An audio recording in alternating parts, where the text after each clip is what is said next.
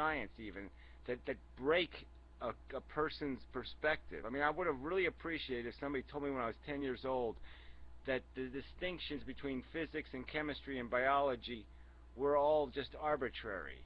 You know, that this really is just one science. It's the science of how matter and energy works in the universe. You know, and then even psychology is part of that dynamic. And even, you know what I'm saying, then you get into this whole, it's the evolution of matter. It is not the evolution of humans. You know, I mean, just that little bit of perspective change would have made it so much easier for me to understand physics, chemistry, and biology. You know what I mean? Because I wouldn't have had those false borders in the way that made me think the chemistry in biology was somehow different than the chemistry in physics. Yeah, and I don't mean to repeat myself. I'll be quick here. I think that gets back to just oversimplifying it, setting up artificial, you know, clear black and white distinctions when there aren't those. It's a little bit more complicated. So. Yeah, I don't know what the problem is. I mean, maybe it's the old adage that those who can't teach. You know what I mean? And maybe there's just too many weak minds that end up being in the teaching profession, and so what is taught is kind of weak.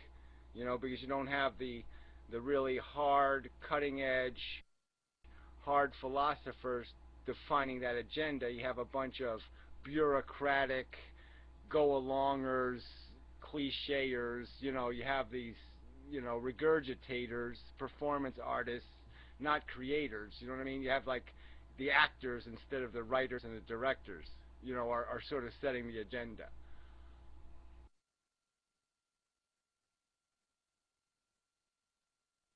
Voice of Reason has his hands up, so I don't know if he's going to go. Yes, Voice of Reason guy, go ahead, just so we get your hand down.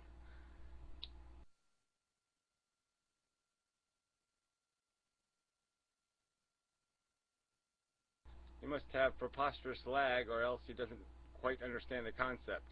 But anyway, go ahead, Ben. My whole thing was is that which I don't think that they teach, and I think that what we're all getting at is they don't teach critical thinking. They tell everybody to be zombies. We say this is what it is. They say this is what it is. Chemistry is this is that. Physics is this.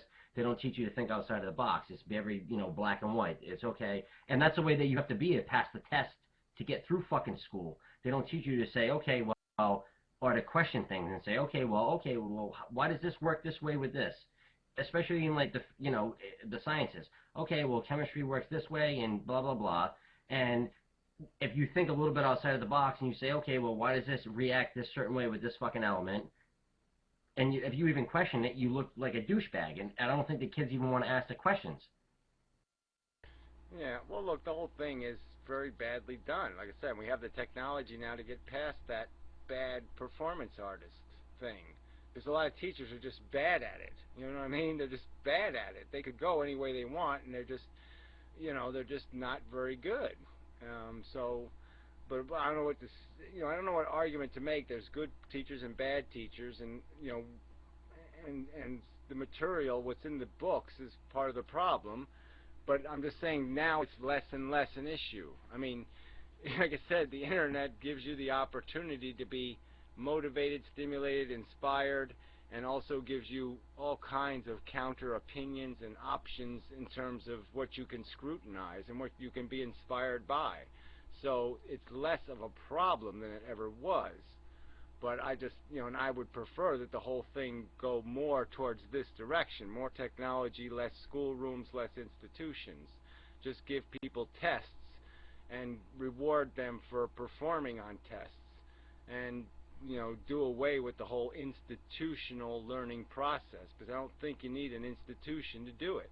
You just need incentives to do it. Sorry about that. My mic was messing up previously. I fixed it. All right. As far as history goes, you know, the propaganda you get in historical classes has got to be the greatest insult, Thanksgiving, and this type of image we have of Columbus, completely fictional. Yeah. That being set aside, with the internet, the information about the internet is vast and tremendous, and it's there's a lot of information there, but there's also bad information. But there's certain points where it needs to be reiterated is that not all information can be gone through via the internet. Some information you actually have to read scholarly journals, you have to read books, you have to invest your time into knowing exactly what it is you're looking for. You know, because unless you type it up exactly what you're looking for on the internet, you won't find it really. No, says you know, that kind of whatever. I say bullshit to all that crap, and especially if we spent the money to do it right. If we had a government school, and we got the best grammar school teachers, the best high school teachers, the best college professors, put them in one government institution, videotaped all their lectures, all their educational process, and put it on the internet, then they'd have that resource, plus the entire internet also, plus Stickam, plus YouTube, plus all this other stuff. I mean, it's just a bullshit naysay argument. You don't need to, you can read a book. No one's stopping you from fucking reading a book. Okay, but the point is they're online, and the point is even more clearly can be made is there could be more concise and gleaned and filtered content can be provided through this medium. And the fact that there's some assholes talking shit like Alex Jones or something, but that's still good because it gives you the ability to judge your own critical judgment skills. You can sit there and analyze it, and then you can research it, and then you can find out who's telling you the truth and who's fucking with you. Yeah, and Gary, and you know what the problem is, Gary? And here's the bottom line, and then they can't charge you for it. And that has to do with everything. They cannot fucking charge you for it. And they shouldn't charge you for it. Well, I'm just saying, yeah, we take all the fucking wrong end money out of the yes, I'm basically saying the end to the industrial complex, and we start putting the money where it matters in the hands of the people who have to put the information in their fucking heads. So we reward people for learning, we don't reward people for teaching. And you got your mic open. Bandit, your mic's open. That's not Bandit, that's Dark. Oh, okay. Well, you gotta close your mic, voice of reason guy, when you're not talking. No, that was Dark.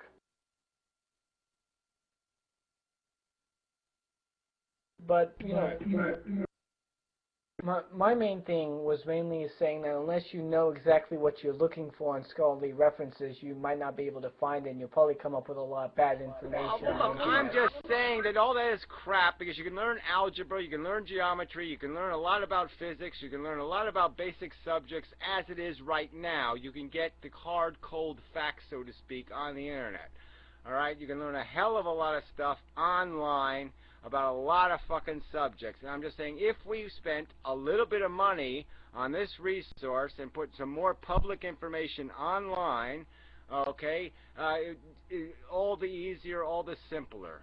I mean, we could all learn to be nuclear physicists online. There's no thing stopping that from fucking happening. We could all learn how to do neurosurgery even online. You could learn 98% of what you need to know. You know, it's just a fact. Yeah, well, the thing is when colleges started, they didn't have, you know, they didn't have printing presses and all this shit. So college was expensive because books were expensive. It was expensive to have these professors teaching this shit. Now when we have this medium where you can have MIT professor go online, like Gary said, and fucking make a video saying blah, blah, blah, you know, whatever. It could be videotaped. It could be fucking thrown online. Everybody across the globe could see it. There could be 5 other people that had different, you know, opinions on it, say the same fucking thing. Everybody across the globe could watch it from different countries and then form their own opinion on it. That's a lot better than you going to fucking a class from some guy that obviously has an agenda or a political opinion or a scientific opinion, and you have to listen to what he spews out verbatim, usually out of a fucking book, pay $10,000 or $15,000 or $20,000 a year for it. Yeah, it's fucking ridiculous. Well, that's already kind of started. The University of Berkeley is already uploading a lot of their videos from their classes to I know, but it hasn't even started because it's all the show fucking classes, okay? It's the Hollywood lectures, okay? They're not real lectures on real subjects. It's like we have a special guest lecturer